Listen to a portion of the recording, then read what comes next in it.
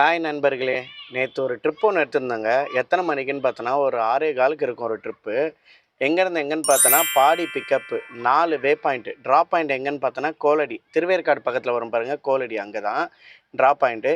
என்ன மெட்டீரியல் கஸ்டமர்ட்ட கேட்டேன். ஜாப் மெட்டீரியல்னாங்க. எவ்வளோ வெயிட் அதெல்லாம் கேட்கல. சரி ஓகேன்னு சொல்லிட்டு கஸ்டமரோட லொக்கேஷன் போயிட்டேன்.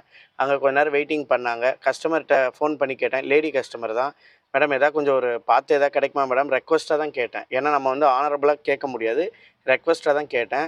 இல்லங்க இந்த அமௌண்ட் வந்து கரெக்டான அமௌண்ட்டு அப்டின்னாங்க. சரி ஓகே. அதுக்கப்புறம் நான் எதுவும் கேட்கல. என்னோட பில் அமௌண்ட் பார்த்தோன்னா 480 காமிச்சுதுங்க பில் அமௌண்ட்டு. சரி ஓகே.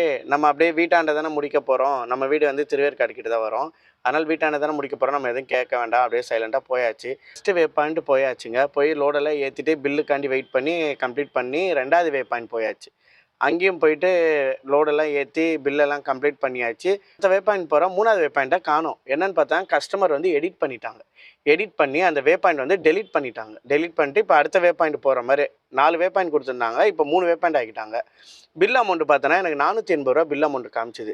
எடிட் பண்ணுறதுனால என்ன ஆயிடுச்சுன்னா ரூ. 360 பில்லு வருது. நம்ம எதிர்பார்த்தது ஒன்று, ஆனால் அங்கே நடக்கிறது ஒன்று. அப்போ நம்ம மைண்ட் செட்டில் வந்து எதிர்பார்த்துட்டு தான் நம்ம போவோம். 480 வருதுன்னா நம்ம ஒரு 500 கொடுத்தா நம்மளுக்கு ஒரு நல்லாயிருக்கும். ஒரு நைட் ஒரு ½ hour முன்ன பின்ன லேட் ஆயிடுச்சுன்னா கூட கொஞ்சம் நல்லாயிருக்கும். அதை நினச்சி தான் நம்ம சவாரி எடுக்கிறோம். ஆனால் இவங்க வந்து எடிட் பண்ணுறாங்க. அது எடிட் பண்ணுற ஆப்ஷன் வந்து கஸ்டமர் கொடுத்தது பெரிய தவறு. இந்த மாதிரி எடிட் பண்ணுற ஆப்ஷனே கஸ்டமர் கொடுக்கவே கூடாது. முன்னாடிலாம் கொடுக்கவே இல்லை. இப்போ தான் புதுசாக கொடுத்துருக்காங்க.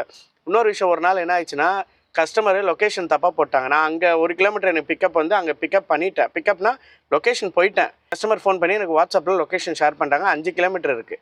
சரி வந்துடலாமா சார்ன்னு கேட்டேன். சரி ஓகே வந்துருங்கன்னு சொல்லிட்டாங்க. கஸ்டமர் லொக்கேஷன் நான் வந்தாச்சு 5 கிலோமீட்டர். கஸ்டமர்கிட்ட ஏதாவது பார்த்து கொடுங்கன்னு கேட்டேன். எவ்வளோ வேணும் அப்படின்னு கேட்டாங்க. ஒரு 150 கொடுங்க அப்படின்னா. ஏன்னா 5 கிலோமீட்டர் வந்திருக்கேன், ஒரு 150 கொடுங்கண்ணே. சார் ரொம்ப அதிகம் அப்படின்னாங்க. எவ்வளோ சார் தரீங்கன்னு? 50 ரூபா தரேன்னாங்க. 5 கிலோமீட்டருக்கு வெறும் 50 ரூபா தரேன்னாங்க. இது செட் ஆகாது சார். ஏன்னா நான் வந்தது 5 கிலோமீட்டரு அப்படின்னா. என்கிட்ட பேசிகிட்டே இருக்கும்போது புக் பண்ண கஸ்டமர் பக்கத்தில் தான் இருக்காங்க. அவர் என்ன பண்ணியிருக்காருன்னா எடிட் பண்ணிவிட்டு அதோட லொக்கேஷன் வந்து நான் இங்கே இருக்கிற லொக்கேஷன் மாதிரி போட்டார். அப்போ நான் 5 கிலோமீட்டருக்கு வந்தது வந்து அது கேல்குலேட்டே ஆகலை. இங்கே இருக்கிற லொக்கேஷன் மாதிரி போட்டுட்டு எனக்கு பில் அமௌண்ட் பார்த்தோன்னா அதில் 500 காமிச்சிது. இங்கே இருக்க லொக்கேஷனை போட்டோன்னே எனக்கு பில் அமௌண்ட் வந்து 330 ரூபா காட்டுது. அப்போது கஸ்டமருக்கு ரொம்ப ஃபேவரட்டாக பண்ணுறாங்க. அப்போ டிரைவர் வந்து ரொம்ப எப்படி சொல்லணும்னா அடிமட்டத்துக்கு வச்ச மாதிரி ஆகிட்டாங்க. போர்ட்டல் ஆரம்பிக்கும் போதெல்லாம் டிரைவருக்கு அவ்வளோ பெனிஃபிட் கொடுத்தாங்க. ஸ்கோரில் வந்து ஸ்டார் ரேட்டிங் வந்து ஒரு கிஃப்ட் பாயிண்ட் மாதிரியே கொடுத்துருந்தாங்க. பெட்ரோலுக்கு காசு கொடுத்துருந்தாங்க. இப்போ எல்லாமே அடியோட டிரைவர் வந்து வெறுத்த மாதிரி பண்ணிட்டாங்க.